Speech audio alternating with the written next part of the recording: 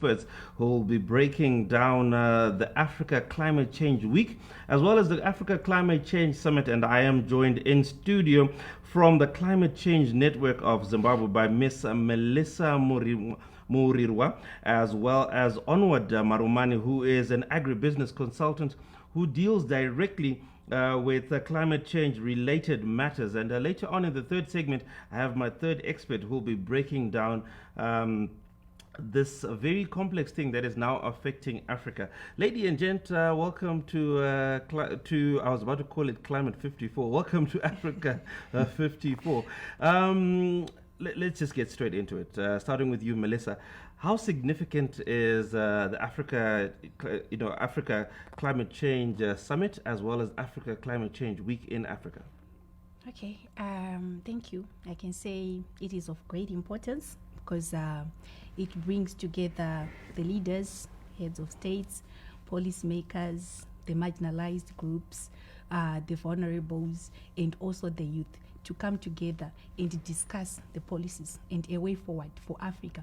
Now that we are towards COP28, that is the Conference of Parties, that will be happening in UAE in December, we have to have one position as Africa. So taking into consideration this platform, the Africa Climate Week and the Africa Climate Summit, it brings together everyone who is within Africa to come and air out their voices so that together they can have one position when they go for the Conference of Parties. It's a good thing that we've got Onward in studio. Welcome to the show. Okay. Onward, you deal a lot with farmers, Yes. the bread and basket issues of the stomach. And all 54 countries have been affected or have been represented at this Climate Change Week.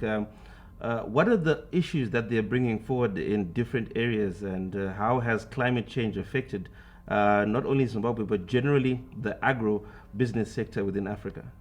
Okay, thank you so much. Africa is known of its capacity to produce much of the food that is required, not only for the African continent but for the entire world. So what it means with this climate change issue, there's a challenge of productivity. When I say productivity, I mean the yield that we can get per each hectare. If we talk about livestock, how many units are we producing from each piece of land? So with this issue of climate change, we are seeing 54 countries affected, particularly on the yield. Let me give an example of maize production. We are known for bread basket of Africa because we used to produce much yield per hectare because we have enough rains. But now because of climate change, we don't have enough rains. I think our rains have reduced by 30%. 30%? 30%. And it is expected to be reduced by 50% by 2050.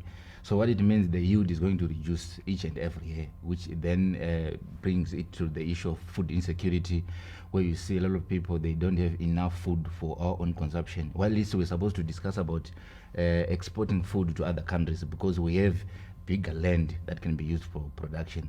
But because there's no productivity at all because of climate change, we are solely relying on rainfall. We are solely relying on putting crops in the field, thinking that they're going to be a magic of having enough rains, but because of climate change we don't have. So you're saying that these are the issues that Melissa was talking about. We're going to raise these as one voice. Now, Melissa, a lot of the times when people hear about the African continent, the bias is that we're going there with the big begging bowl as African nations. We want to go and ask for money so that we can be saved. In terms of finances, are we coming together as Africa to go and beg for money, or we are thinking about coming together to find solutions to help us domestically as Zimbabweans, as Zambians individually, as Kenyans? What is the real situation in terms of finances? Well, for finances, according to the Paris Agreement, there is this principle of the polluter must pay. What it says is those who are polluting more, they are least affected. But the ones that are polluting less, I'll take an example of Africa. They are now being affected more.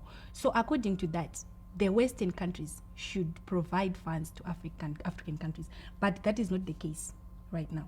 So what it means is we as Africans, instead of going to beg, we need now to come together so that we can use our own resources that we already have in Africa. I believe that we have enough resources. Can we make the polluter pay? as Africa, because we're going as a unified voice, 54 nations? Can we say you are the polluter? We've only contributed 4% to the carbon footprint.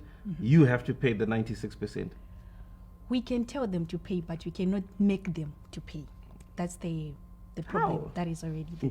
Because they will be telling us that, okay, we don't owe you anything. You don't need to come here and say we need to pay you for what? We didn't do anything. We were just industrializing, or we're just making our economies better. So which is something that we're supposed to do. That's what they'll be telling us as Africans. So we as Africans, or maybe our leaders, they need now to come together and make a way forward. That we as Africans, we already have the resources that we need to industrialize. We also need the technology. If we are given enough resources, policies that are stable to support our own local innovators, our own local business people, so that they can also be empowered with the information, with the knowledge, and also the technology that they need for us to industrialize as a continent. Onward, you did speak about the agribusiness side of things, the effect of climate change. And Melissa, you told us about how all the countries are affected.